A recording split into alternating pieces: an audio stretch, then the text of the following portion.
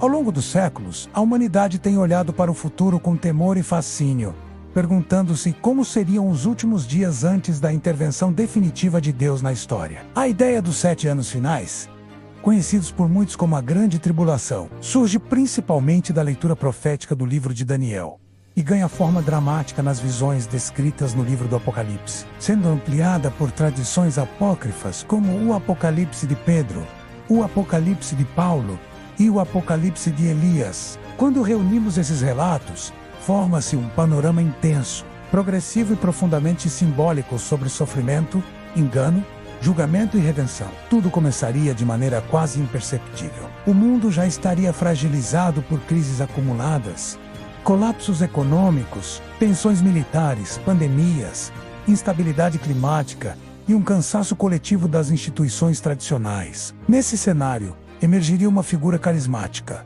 estrategista e aparentemente conciliadora. O profeta Daniel fala de um líder que firmaria uma aliança por uma semana, entendida por muitos intérpretes como 7 anos. No início, esse governante não pareceria maligno. Pelo contrário, surgiria como solucionador de conflitos globais, mediador de paz no Oriente Médio, articulador de um novo sistema financeiro e defensor de uma ética universal. Sua ascensão seria celebrada por líderes políticos, empresários e até líderes religiosos. O livro do Apocalipse descreve simbolicamente como a besta que sobe do mar, representando o poder político global. Já o Apocalipse de Elias acrescenta detalhes intrigantes, dizendo que esse governante realizaria sinais extraordinários para consolidar sua autoridade, confundindo até mesmo os fiéis mais atentos. Nos primeiros 3 anos e meio, haveria uma sensação de estabilidade inédita. Guerras seriam temporariamente cessadas, economias reorganizadas sob um modelo mais centralizado, e uma governança global começaria a tomar forma. A promessa de segurança seduziria multidões cansadas do caos.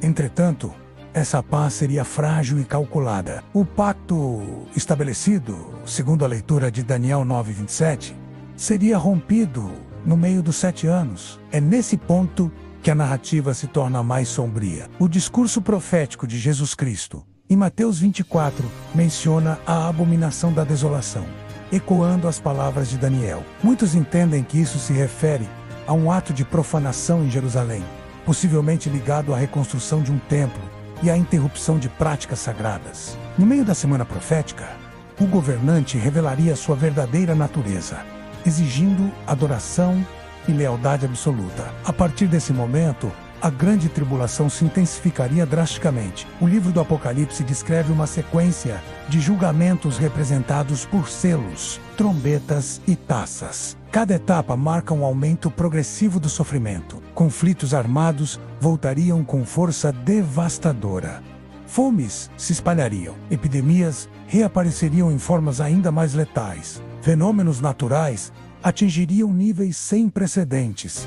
Terremotos massivos, tsunamis, incêndios florestais incontroláveis e alterações drásticas nos ciclos climáticos. Enquanto isso, um novo sistema econômico seria imposto. O texto fala de uma marca na mão ou na testa, sem a qual ninguém poderia comprar ou vender. Esse símbolo, muitas vezes chamado de marca da besta, representa mais do que um simples selo físico. Simboliza submissão ideológica e lealdade ao regime. A economia global passaria a ser totalmente monitorada e centralizada. Aqueles que se recusassem a aderir seriam marginalizados, excluídos de mercados, empregos e serviços essenciais. O sofrimento econômico se tornaria um instrumento de coerção espiritual. Os apocalipses apócrifos acrescentam dimensões espirituais intensas a esse período. O Apocalipse de Pedro descreve visões de julgamento e recompensas após a morte, reforçando a ideia de que as escolhas feitas durante esse tempo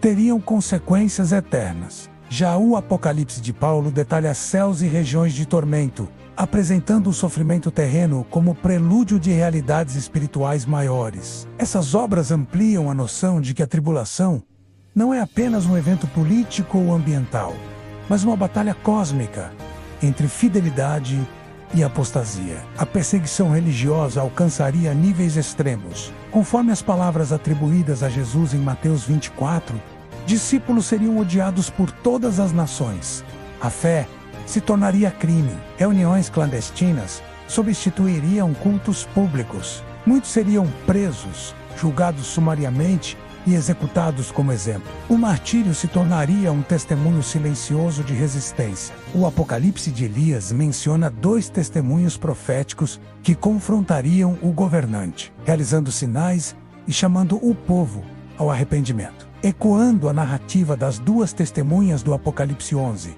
Ao mesmo tempo, manifestações sobrenaturais se intensificariam. O Apocalipse fala do dragão, símbolo do Satanás, atuando diretamente por meio da besta e do falso profeta. Milagres enganosos confundiriam multidões. Aparições celestes, sinais nos céus e fenômenos inexplicáveis alimentariam tanto o medo quanto a idolatria. A linha entre ciência, espiritualidade e manipulação tecnológica se tornaria turva. Muitos aceitariam o engano por desejarem segurança e prosperidade, mesmo que isso significasse abdicar da verdade. Conforme os julgamentos avançassem, as águas se tornariam impróprias para consumo, a vegetação seria devastada e a escuridão cobriria regiões inteiras. A linguagem simbólica do livro do Apocalipse descreve rios transformados em sangue, o sol queimando com intensidade ampliada e estrelas caindo do céu. Interpretados literalmente ou simbolicamente, esses eventos apontam para um colapso sistêmico da ordem natural. A criação, segundo a teologia paulina, geme aguardando redenção. Nesse período, seu gemido se tornaria ensurdecedor. O sofrimento psicológico seria tão profundo quanto o físico. A incerteza constante, a perda de entes queridos, a escassez de recursos e o medo da perseguição criariam uma atmosfera de ansiedade global. Haveria também uma divisão radical entre aqueles que permanecem fiéis e aqueles que se rendem ao sistema dominante. Famílias seriam separadas por escolhas espirituais. Comunidades se fragmentariam. A lealdade a Deus exigiria coragem extraordinária. À medida que o 7º ano se aproximasse do fim, as nações se mobilizariam para um confronto final. O Apocalipse descreve a reunião de exércitos em Armagedon, um termo que remete ao Monte Megido. Essa batalha simboliza o clímax da rebelião humana contra Deus. Governantes, movidos por orgulho e influência demoníaca, se uniriam para enfrentar o que percebem como ameaça divina. O céu então se abriria, e o Messias retornaria em glória. A narrativa culmina com a derrota da besta, do falso profeta e do dragão, marcando o fim do domínio do mal. Os apócrifos reforçam essa cena com descrições vívidas de julgamento. O Apocalipse de Pedro fala da separação definitiva entre justos e ímpios. O Apocalipse de Paulo apresenta visões de recompensa para os fiéis que perseveraram. O sofrimento, embora extremo, não seria a palavra final. Ele funcionaria como crisol, purificando e revelando o coração humano. Assim, os 7 anos finais seriam uma sequência progressiva: falsa paz, revelação do engano, controle totalitário, colapso ambiental, perseguição religiosa, manifestações sobrenaturais e guerra final. Cada fase aprofundaria a tensão entre esperança e desespero. Para os que observam essas profecias, a grande tribulação não é apenas previsão de calamidade, mas chamada à vigilância e fidelidade. Independentemente das interpretações literais ou simbólicas, esses textos convergem em um ponto: haverá um momento decisivo na história em que escolhas espirituais terão peso absoluto. O sofrimento descrito não é apresentado como arbitrário, mas como parte de um desfecho dramático que culmina na restauração da justiça. A grande tribulação, portanto, não seria apenas um período de dor sem sentido, mas um prelúdio de um novo começo, onde, segundo o Apocalipse, Deus enxugará dos olhos toda lágrima e estabelecerá uma ordem renovada.